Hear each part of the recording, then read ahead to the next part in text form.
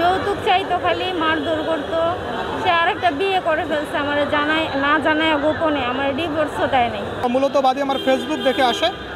এরপরে তার ঘটনা যখন শুনলাম তখন আমার কাছে মনে হয়েছে সত্যিকার অর্থেই সে যৌতুকের জন্য নির্যাতিত, সত্যিকার অর্থেই তার স্বামী তার কাছ থেকে যৌতুক চাচ্ছে। বাজার করার টাকা আমার বাপের বাড়ি থেকে নিতে বলতো, বাইক কিনে দাও, তারপর আমি বিদেশ যাব, আমাকে টাকা দাও। একবার 2 লাখ টাকা নিয়েও দিছি আমার বড় আপুর কাছে থেকে।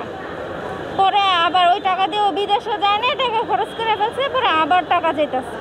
পরে ওই টাকা নিয়ে অনেক বড় ঝামেলা হয়েছে, অনেক মাইরা টেনে আমার বাড়ি থেকে বের করে দিচ্ছে। এটা শুনে আরও অবাক হলাম যে সে গরিব অসহায় একটা মেয়ে। সেই মেয়েটার কাছ থেকে আসামি 2 লক্ষ টাকা ক্যাশ টাকা নিয়েছে। সেটা বাদী, আজকের মামলার যিনি বাদী তিনি তার বড় বোনের কাছ থেকে এনে দিয়েছিলেন। পরবর্তীতে আরও 3 লক্ষ টাকা চাচ্ছে, সে নাকি বিদেশে যাবে, দুবাইতে যাবে। সর্বোপরি আমার কাছে মনে হয়েছিল যে মেয়েটা নির্যাতিত, এই মেয়েটার পাশে দাঁড়ানো উচিত, এবং সেই জায়গা থেকে আমি এখন পর্যন্ত 1 টাকাও নেই আর ভবিষ্যতেও নিব না। আজকে বিজ্ঞ আদালতে যেটা হয়েছে যে আমি যখন বাদী পক্ষে মামলা দায়ের করি তখন আসামিকে সমন দেওয়া হয়। সমন দেওয়ার পরে আসামি এই বিজ্ঞ আদালতে আসে না আসার পরে আসামির নামে ওয়ারেন্ট হয়।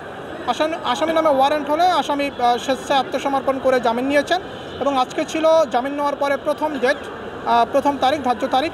এই ধার্য তারিখে তিনি আসেন এবং আমরা জানতে পারি বাদীর কাছ থেকে যে আসামি আরেকটি বিবাহ করেছে এবং বাদীকে বারবার বলেছে যে তুমি যতই মামলা করো আমাকে কোনো কোর্ট কাছারি কিছু করতে পারবে না। একটা ব্যাপার খুব অবাক লাগে যে আদালতের প্রতি আসামির কতটা অশ্রদ্ধা, কতটা অসম্মান, এটা আদালতের জন্য অবমাননাকর বটে।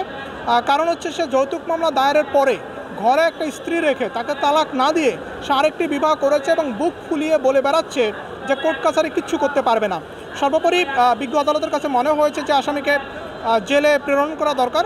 বিজ্ঞ আদালত সন্তুষ্ট হয়ে তাকে জেল হাজতে রাখার আদেশ প্রদান করেছেন এবং বাদী হিসেবে খুশি হয়েছেন, এবং বাদী পক্ষের আইনজীবী হিসেবে আমি মনে করি যে এটা বাদীর সাথে কিছুটা হলেও ন্যায় বিচার হয়েছে, ভালো একটা আদেশ হয়েছে। আমরা খুবই সন্তুষ্ট, এবং আমি আরও বেশি সন্তুষ্ট যে ফ্রিতে মামলা চালিয়ে একজন আসামিকে, যিনি সত্যিকার অর্থেই নির্যাতনকারী, তাকে জেল হাজতে বিজ্ঞ আদালত প্রেরণ করেছে। তাতে আমি নিজেকে আইনজীবী হিসেবে ধন্য মনে করি, আমি খুবই সন্তুষ্ট। নিরপেক্ষ, সত্য প্রকাশে আপোষহীন।